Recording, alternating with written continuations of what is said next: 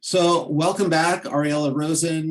This is the second conversation we're going to have and picking up in the themes we talked about the last time.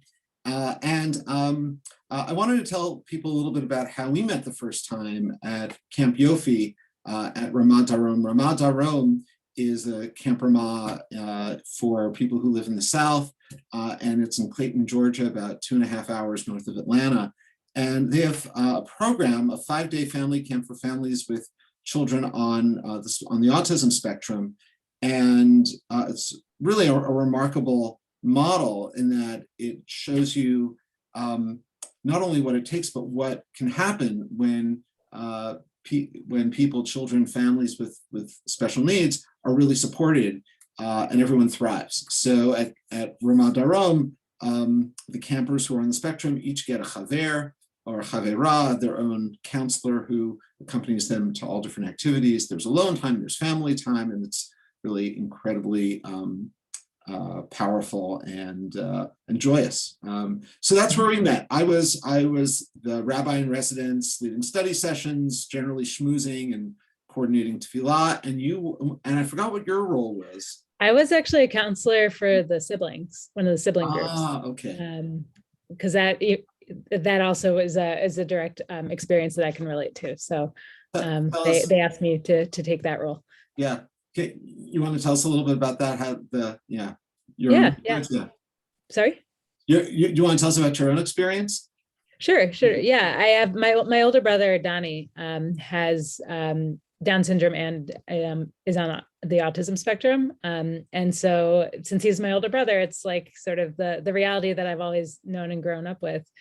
And I have a younger sister too. So I think we sort of, a lot of my relationship with my sister was happened as a in a lot of ways as a result of also learning about our own relationships with our brother as well. And Donnie and I are very, very close.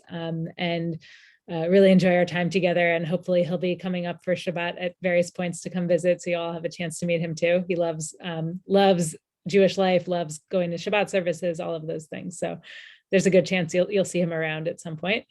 And one of the things that I didn't necessarily have growing up was a relationship with other kids who had also had siblings with disabilities. And so at Camp Yofi, when I was in that role, it was partially from a point of like, I can sort of understand these kids' experiences and support them in that. And also I like kind of felt jealous that they got to have each other also and like be with other kids who understood them, and they didn't have to like explain their family's life and why maybe their family went on vacation differently, or their day-to-day was different, or the way that things happened at home was maybe different than at a friend's house. And so it was really cool to see them supporting each other. And it sort of, for me, it was like, I kind of wish I'd had that, but it's nice to know that so many other people get to have that kind of community now.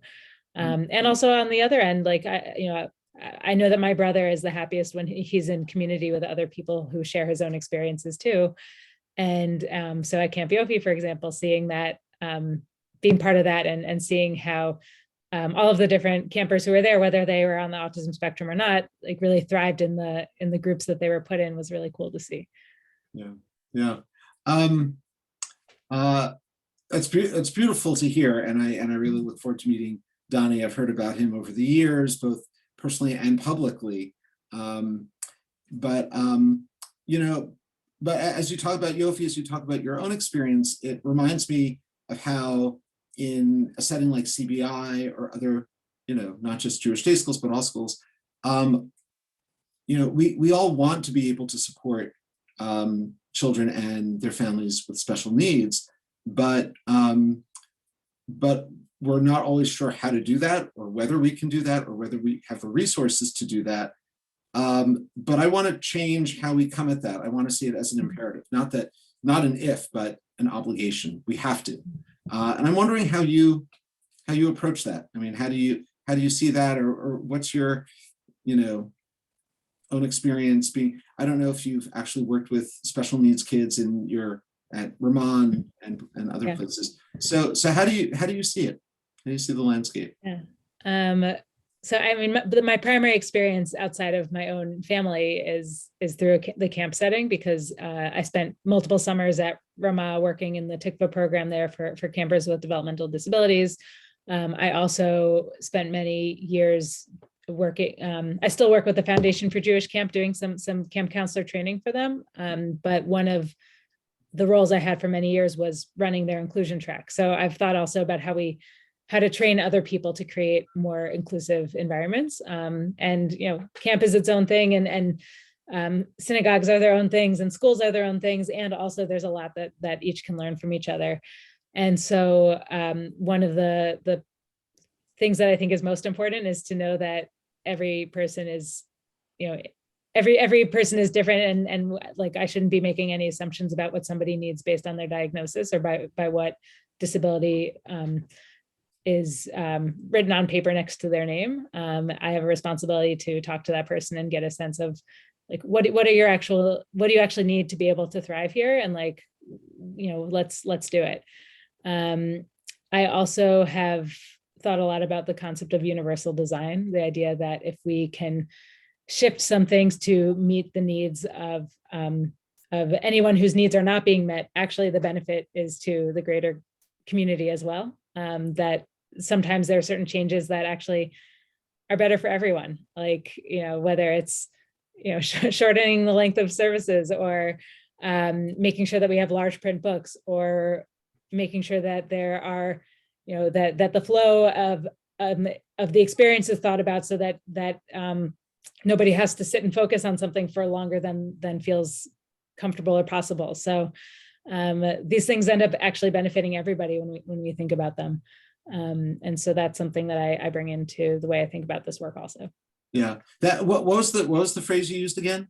Universal design. Universal design, right? Is it the idea that when we see our community or the world through the eyes of people who may not conform, that we actually wind up changing the whole structure, the whole design for the better?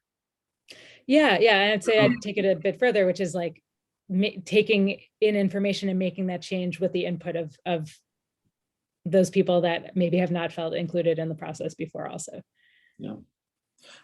So it's fine. I want to bring up someone who we both know, not that he would remember me, but probably remember you.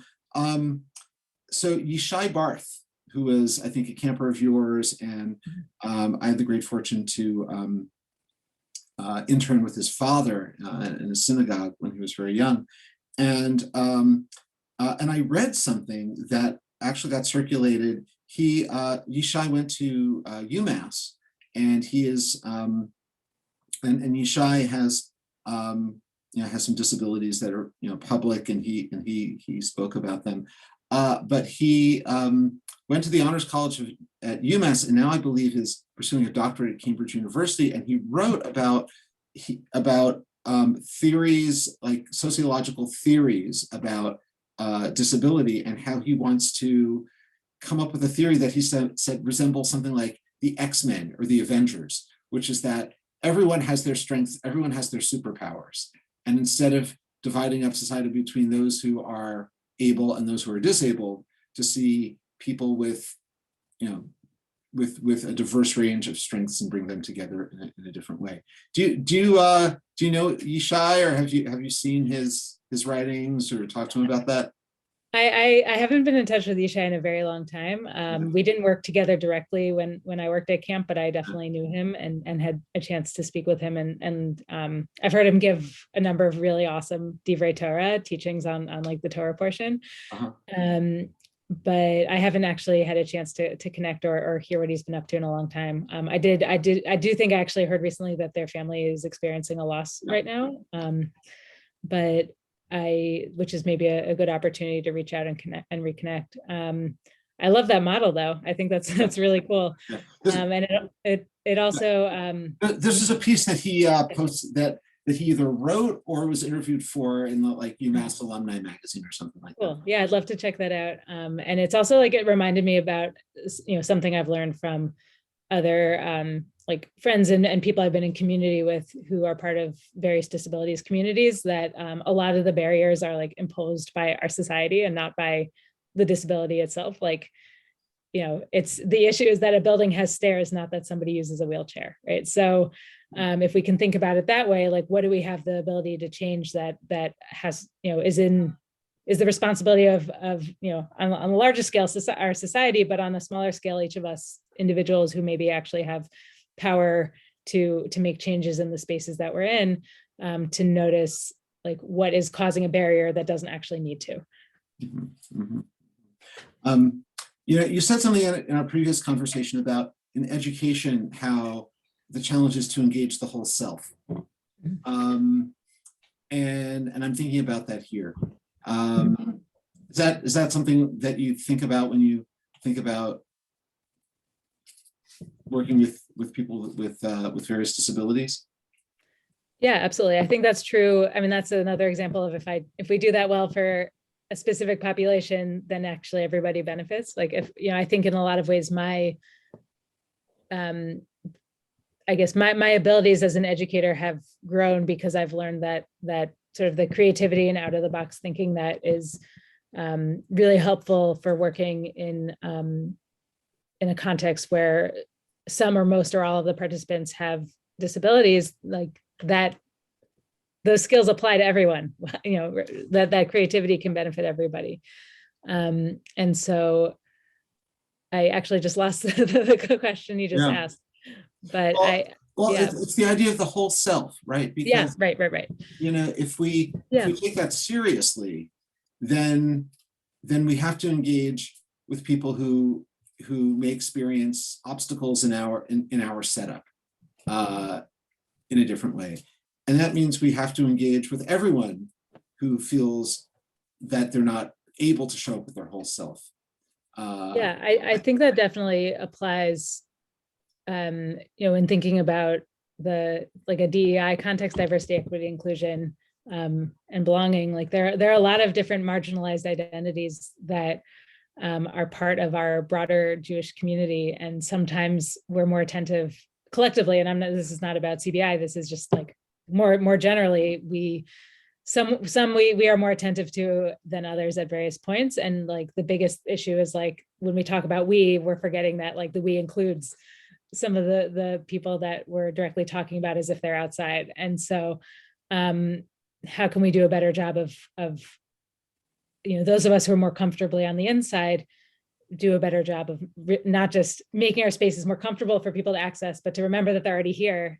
And like, how can we actually make sure that everybody who's in any space that we are in feels like fully seen in the wholeness of who they are and feels not just accepted, but celebrated for that.